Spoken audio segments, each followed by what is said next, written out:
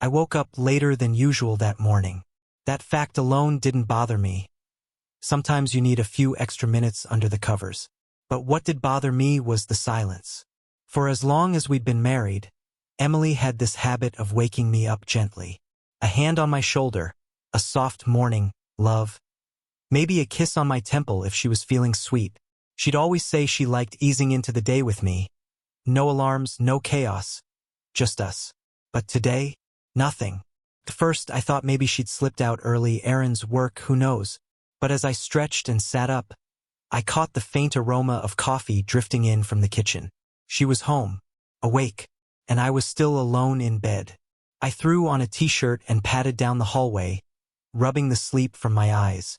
The house felt strangely empty, despite her being there. You know how sometimes you can sense someone's mood just by the way a room feels? That was it. Something was off, but I couldn't put my finger on what. As I turned the corner into the kitchen, there she was, Emily, sitting at the table, hunched slightly forward, her hair falling around her face. The blue glow of her laptop screen lit up her features. She was so focused, so still it was like I wasn't even there. It stung more than I cared to admit. I stood there for a moment watching her. She didn't notice me, didn't look up. Her fingers danced across the keys, pausing every so often as if composing a reply, then erasing it. Whatever had her attention, it was intense. Maybe it was work. Maybe she was dealing with some last-minute deadline. That's what I told myself, anyway. Trying not to startle her, I made my way to the counter and reached for the coffee pot. That's when it happened. Just a glance, an accident, really. I wasn't snooping. But as I passed behind her, my eyes flickered to the laptop screen. And I saw it. You still smell like me. I can't forget last night. My brain didn't register the words at first. It was like reading a foreign language. The letters made sense, but the meaning, the weight of it, that hit a second later. And when it did, it hit hard. I froze. You know that feeling when your stomach drops out from under you? Like on a roller coaster, but not the fun kind. That's what it felt like. My fingers were still wrapped around the coffee pot handle. But I couldn't move. Couldn't speak. Couldn't even breathe properly. Those words. You still smell like me. They weren't innocent. They weren't a joke. And they definitely weren't meant for me. Before I could even process it, Emily's hand *T out, slamming the laptop shut. The sound echoed louder than it should have in the quiet kitchen. She turned to me, forcing a smile, but her eyes were too wide, too alert. "Oh, that," she said, waving a hand like it was nothing. "Just a dumb joke from a group chat. You know how people get late at night. Stupid dares and all that." Her laugh was tight, hollow, a sound I didn't recognize. I wanted to believe her. God, did I want to believe her? But something in my gut, that small, insistent voice we all have but try to ignore, whispered otherwise. "It's nothing," she added, standing up abruptly. "Seriously, don't overthink it. You're cute when you get all protective, though." She reached out, brushing her fingers across my arm as she passed. That casual touch she always did. But this time it felt calculated, like she was trying to reset the moment. Rewind time. Pretend I hadn't seen what I just saw. I forced a smile. Reflex, I guess. But inside, the gears had started turning. Emily was never good at lying.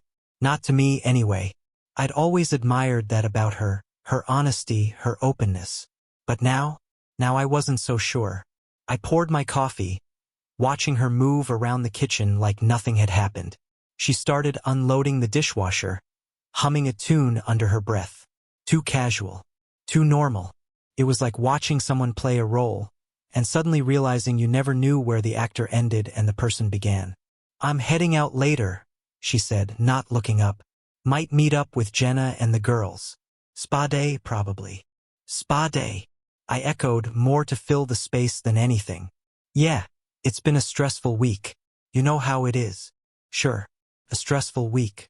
That part, at least, wasn't a lie. I sat down at the table, cradling my mug, and studied her. Every little thing. The way she avoided my eyes, the slightly too fast way she was stacking plates, even the tone of her voice. It all seemed magnified. In that moment, I wanted to ask her, straight up, "Who sent you that message? What's going on, Emily?" But I didn't, because once you ask those questions, you can't unhear the answers. So instead, I sipped my coffee and nodded, playing along. "Sounds good. You deserve a break." If she noticed the tightness in my voice, she didn't show it. The rest of the morning passed in a blur. She was her usual self, more or less. But to me, everything was different now. The foundation had shifted, and even though the walls were still standing, I could feel the cracks forming. Later, as she left for her so-called spa day, she kissed me on the cheek. Her lips were warm, familiar. But all I could think about was that message. "You still smell like me." And as the door clicked shut behind her, I was left alone with a question I wasn't ready to face. Was Emily really the woman I thought she was? Or had I been blind all along? Either way, I knew one thing for sure. This wasn't over. If there's one thing I've learned about suspicion, it's that once the seed is planted, it doesn't stop growing. It creeps in slow, wrapping around your thoughts until every look, every word, feels like another root digging deeper. That was me the days after I saw that message. At first, I told myself not to jump to conclusions. Emily said it was a joke. Group chats can be dumb. People dare each other to say outrageous things. Maybe I caught a bad moment. Maybe it was out of context. But then she started changing. It wasn't dramatic.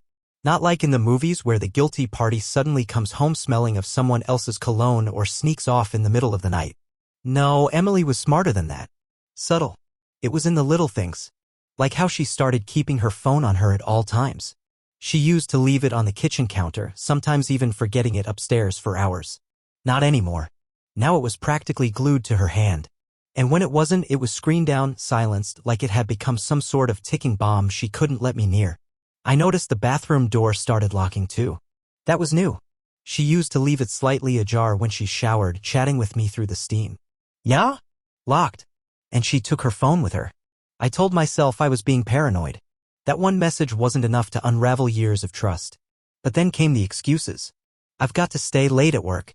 Jenna needs me to help plan her sister's bridal shower. Spa day with the girls again, we're doing a full package this time. One after another. Harmless on their own. But the timing, the frequency, the way she fumbled for details when I asked, it didn't add up. One night, she said she was at a colleague's farewell party. Corporate send-off, casual drinks, nothing fancy. She even sent me a selfie from the bar, her, with a glass of wine, some coworkers blurred in the background. But here's the thing, I'm not an idiot. Later, scrolling through my social feed, I stumbled across a post from her company's page. It was about the same farewell event. Only problem? The post mentioned the party had been held the day before. So why was Emily at a bar last night, posing like it was the same event? When I brought it up casually, saw the company posted about Steve's send-off yesterday. Looked like a nice event. She hesitated. Just a beat? Barely noticeable. Oh, that was more of an office thing. Last night was a smaller get-together. You know, the inner circle. Her explanation was smooth. Too smooth. Like she'd already rehearsed it in her head. Another time, she claimed she was helping Jenna with wedding errands. A few hours later, I got a text from Jenna herself, nothing about weddings. Just a meme, unrelated, friendly, casual. She didn't mention seeing Emily at all. I started keeping track. Not out of spite, but because I couldn't ignore the pattern anymore. Dates, times, locations. Things she said that didn't match up. A small notebook tucked in my desk drawer. Scribbles that read more like a detective's case file than a husband's notes. And the more I wrote down, the clearer it became. This wasn't a coincidence. This wasn't me being overprotective. Emily was hiding something. What hurt the most wasn't even the possibility of infidelity, not yet anyway. It was the distance. The sudden barrier between us. We'd always been a team. Laughed at stupid inside jokes, confided in each other after rough days. Now, conversations felt like interviews. Polite. Surface level. Scripted. I tested her once. She was getting ready to meet the girls again. Hair curled, makeup flawless, wearing a dress I hadn't seen in months, the kind she used to save for date nights with me. Mind if I drop you off? I asked, keeping my tone light. She froze for a fraction of a second. Just long enough for me to notice. Oh, it's fine, she said quickly. I'm carpooling with Jenna. Easier that way. Of course she was. I smiled, kissed her on the cheek, and let her go. But as soon as the door closed, I checked Jenna's Instagram. She was live, cooking dinner with her fiancé. No girls' night. No carpool. That night, I didn't sleep much. I lay awake, staring at the ceiling, running through every possible explanation. Maybe she needed space. Maybe she was going through something she hadn't figured out how to tell me. But then I thought about that message again. You still smell like me. I can't forget last night. You don't send that in a group chat. Not even as a joke. One evening, as she showered, she left her laptop open in the living room. My heart hammered in my chest as I glanced at it. I wasn't proud of what I was about to do. But there's a difference between being controlling and being lied to. And I knew something was happening behind my back. But before I could move closer, I heard the bathroom door unlock. She was faster than usual. That moment told me everything I needed to know. She used to take long showers, zoning out to music or podcasts. But now? She was rushing. Probably because she'd left something unsecured. Probably because she didn't trust me not to look. The irony of that wasn't lost on me. Over dinner, she mentioned a work trip coming up. It's just a couple of days, she said, spearing her salad with more force than necessary. Chicago office. Boring meetings. You'd hate it. In the past, she would have asked if I wanted to tag along. Make it a mini getaway. This time, she was preemptively shutting down any involvement. My stomach churned. I was losing her. Piece by piece. But here's the thing, I wasn't going to confront her. Not yet. Because once you bring accusations into the open, you can't take them back. And I needed to be sure. So I watched. I listened. I let her think she was in control. Because sometimes the best way to catch the truth is to let people believe they're getting away with it. And deep down I already knew the answer. Emily was slipping away from me. And she wasn't doing it alone. There's a difference between suspecting and knowing. When you suspect, there's still room for doubt. You can bargain with yourself. You can cling to the maybes and what-ifs no matter how small. It's a fragile hope, but hope all the same. But once you know, there's no going back. That moment came for me on a Thursday evening. Funny how mundane days can become the ones you remember forever. Emily was in the shower. The sound of water running, the faint scent of lavender shampoo, all so normal, so domestic, it almost lulled me into forgetting. Almost. Her phone was on the nightstand. Screen up for once. That in itself was unusual. Lately, it never left her side. But today? Careless. Or maybe she was just tired of hiding. Either way, it was a mistake. A notification lit up the screen. I wasn't looking for it. I wasn't even near the phone. But from across the room, the words glowed like a neon sign. When will we spend the night again? I miss waking up beside you. No emojis. No jokes. No plausible deniability. Everything in me went still. There it was. The confirmation I had been dreading, yet somehow expecting. I didn't need to see the sender's name. I didn't need to read the message thread. That one sentence was enough. All the pieces snapped into place. The late nights. The sudden spa days. The work events that didn't exist. The phone she guarded like a state secret. All of it led here. It wasn't some harmless flirtation. It wasn't a dumb joke from a group chat. It was real. Tangible. Undeniable. Emily was having an affair. For a moment, I just stood there, staring at her phone. The weight of it settled on my chest like a stone. I thought I'd feel rage, betrayal, the kind of blinding anger you see in movies. But what I felt was quieter. Heavier. A cold, sinking realization. This wasn't a mistake. This wasn't a moment of weakness. Affairs don't just happen. They're built, step by step, lie by lie. And Emily had been building this one for longer than I wanted to admit. The worst part? I didn't feel surprised. The signs had been there. I just didn't want to see them. I didn't pick up the phone. I didn't scroll through the messages. I didn't need to. That message was the truth laid bare. More than anything Emily could tell me. More than any confrontation could reveal. I heard the water shut off. The soft scrape of the shower curtain. She was humming. Humming. As if nothing had changed. As if she hadn't just burned our marriage to the ground. I could have said something right then. Could have held up her phone, asked her who he was, demanded answers. But what would be the point? The truth was already out. Her lies were already unraveling. Instead, I walked out of the bedroom. I sat on the couch, turned on the TV, volume low, not really watching. Just waiting. Not for her, for myself. Waiting for the numbness to wear off. Waiting for the next emotion to kick in. But it never did. When Emily emerged, she was casual. Hair wrapped in a towel, scrolling through her phone, the same phone that had just confessed everything. She smiled at me, that same tired smile she'd been giving me for weeks. You hungry? I was thinking of ordering sushi, she said, plopping down on the couch across from me. I looked at her, really looked at her. And for a moment, it was like seeing a stranger in my own house. The woman I married, the one I built a life with, where had she gone? I'm good, I said, my voice even, measured. She didn't notice anything was wrong. Or maybe she did and just didn't care. She went back to scrolling, fingers tapping out messages, probably to him. Probably making plans, spinning more lies. But I didn't say a word. Because now it wasn't about catching her. It wasn't about getting a confession. I already had the proof. And I knew, deep down, that any confrontation would only bring deflection, excuses, half-truths. I wasn't interested in playing that game. So I watched her, silent and still. And in that quiet, something inside me shifted. I used to think betrayal would come with fireworks. Screaming matches, slammed doors, dramatic ultimatums. But the real thing? It was quiet, cold, like standing in an empty room, realizing no one's coming back. That night, lying in bed beside her, I couldn't sleep. Every breath she took was a reminder. Every time she shifted under the covers, I wondered if she was dreaming of him, if she had felt this same closeness with him, shared these same silences. It was suffocating. But still, I said nothing. I needed to understand the full scope of it first. How deep her lies went. How long this had been going on. And most importantly, who he was. The next morning, Emily kissed me goodbye on her way out. Routine, mechanical. Her lips brushed my cheek, but there was no warmth. "I'll be home late. Don't wait up," she said, slinging her purse over her shoulder. I nodded.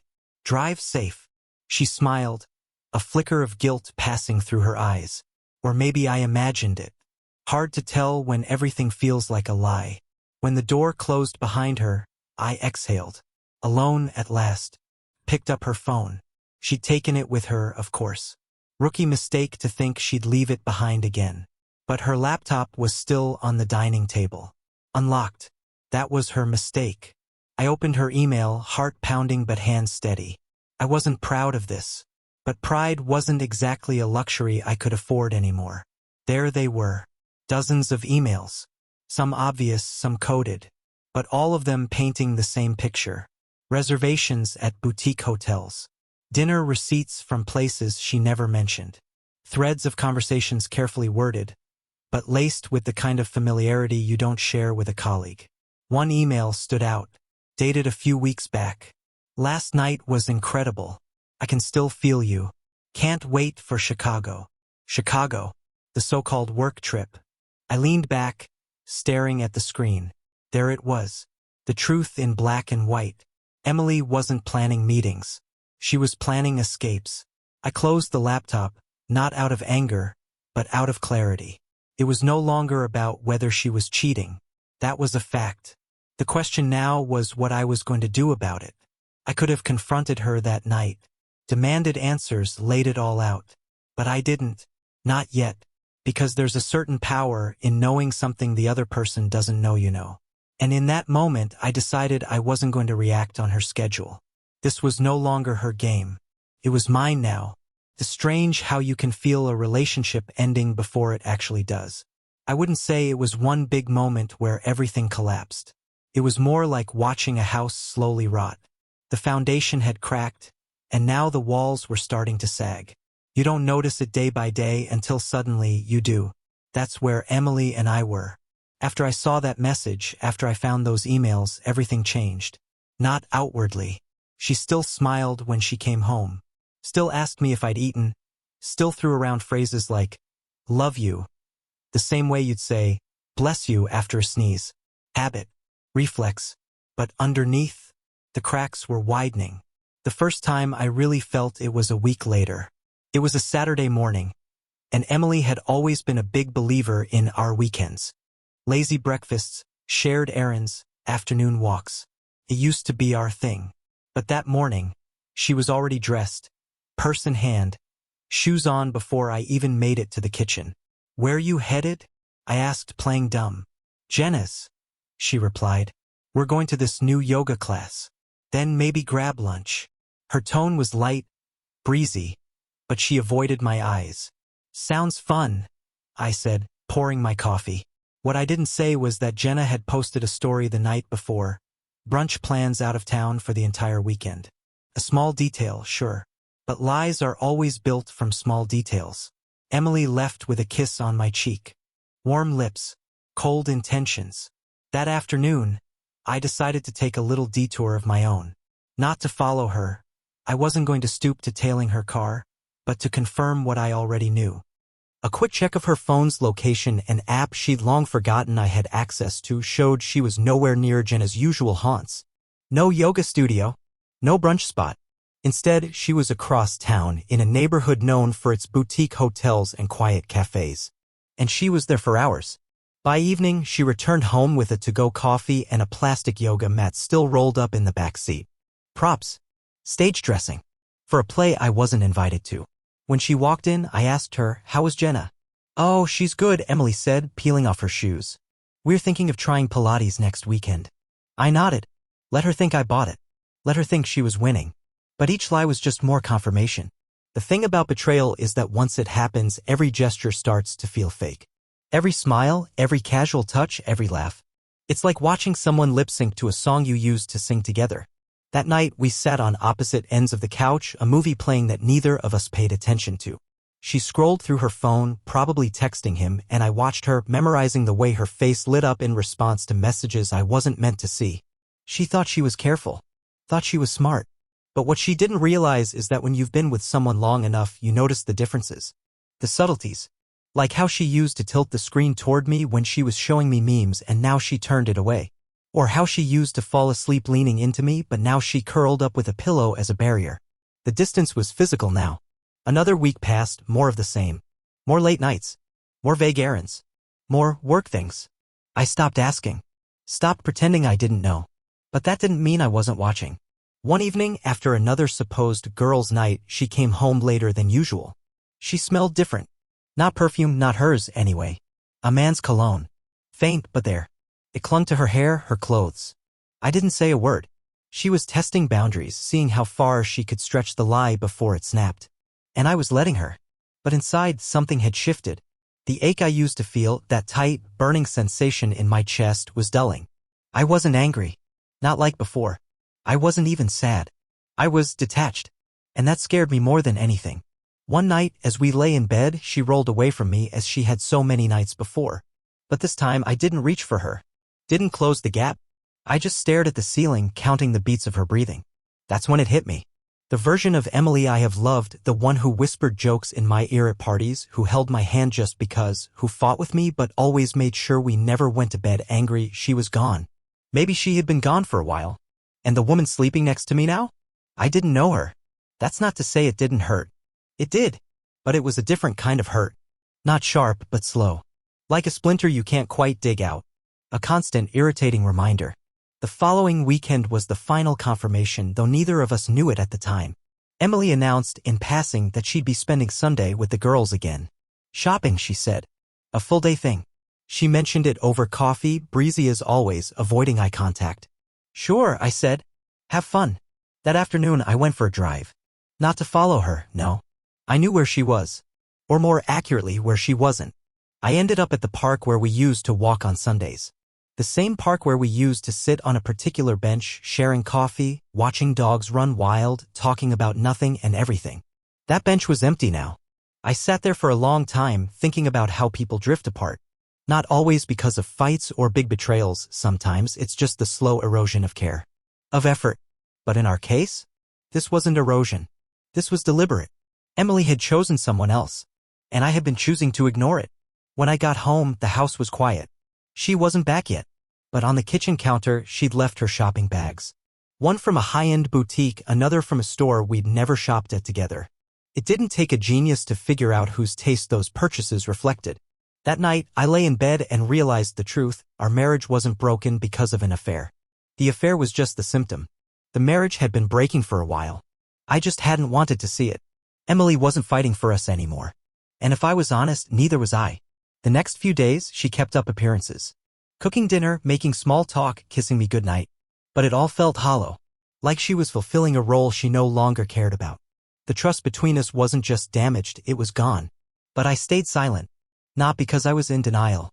But because sometimes the loudest thing you can do is say nothing at all. And Emily? She was starting to notice. One evening, she paused at the doorway looking at me with an expression I couldn't quite read. "You're quiet lately," she said. I smiled. A small, tired smile. Just thinking. She didn't push. She never did anymore. But I could tell the unease was settling in. Maybe, just maybe, she realized I wasn't as clueless as she thought. And that scared her. Good. Because this wasn't over. But it was beginning to be. Looking back, the breaking point wasn't a fight. It wasn't a screaming match or some dramatic discovery.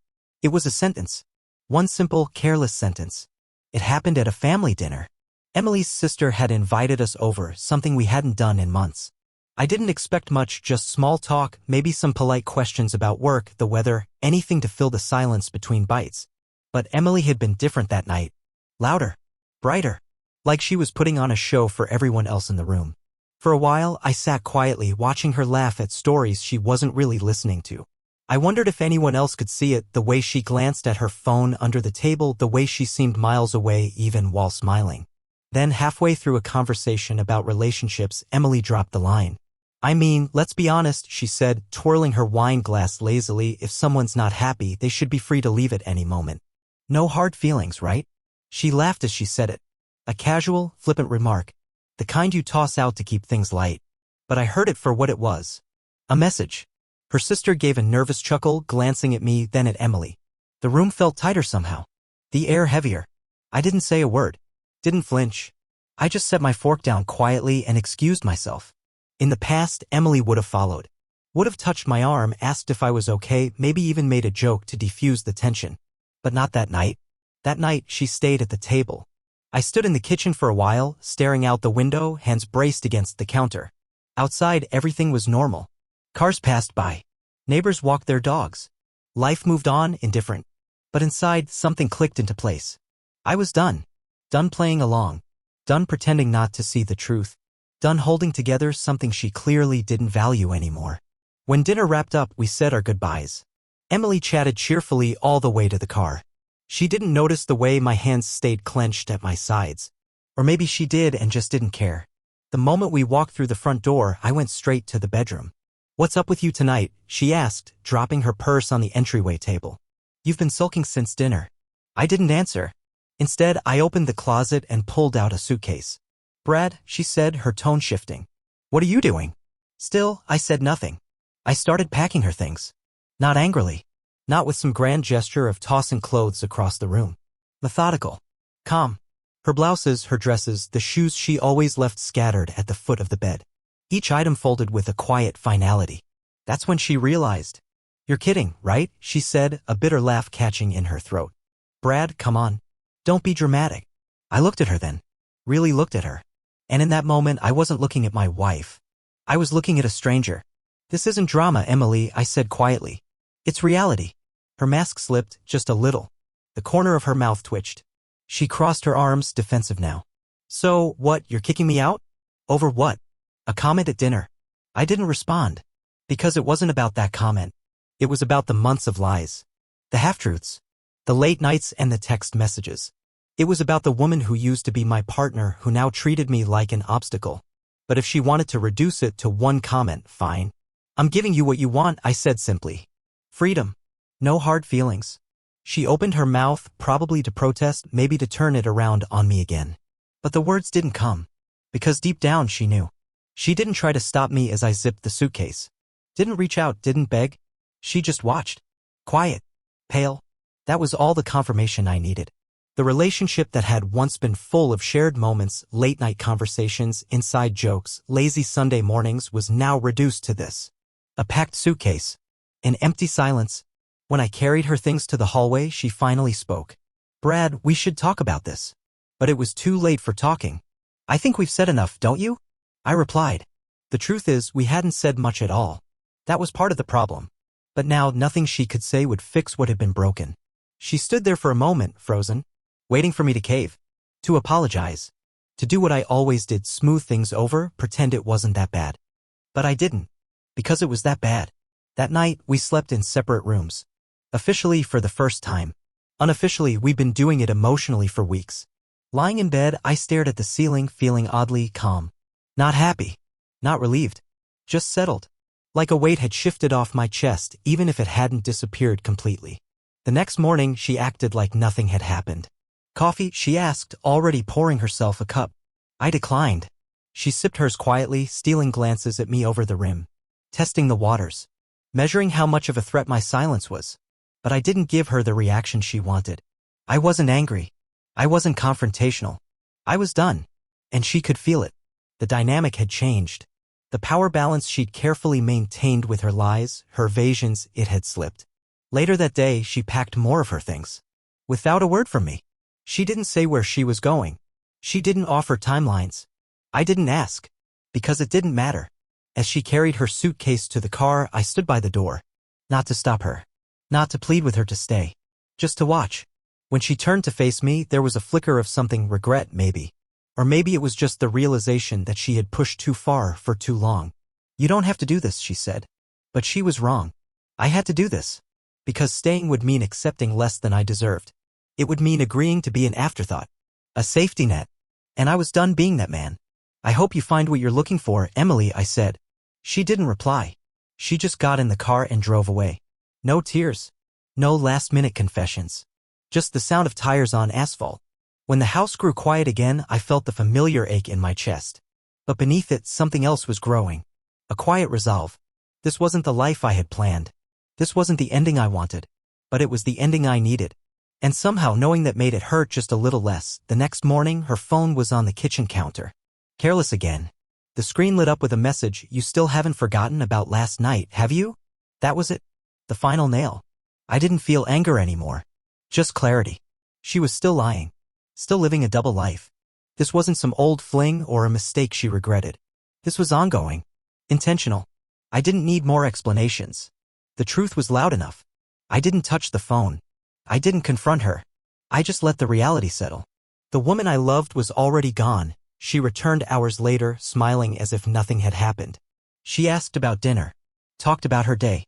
The same old routine. But this time it was background noise. I watched her move through the house we built together, knowing it meant nothing now. I wasn't interested in catching her in another lie. I wasn't interested in the details. What mattered was simple: Emily had chosen someone else. And by staying silent, I had finally chosen myself. That evening, I packed the rest of her things. Neatly. No anger. A suitcase by the door, waiting for her. When she came home, her smile faltered.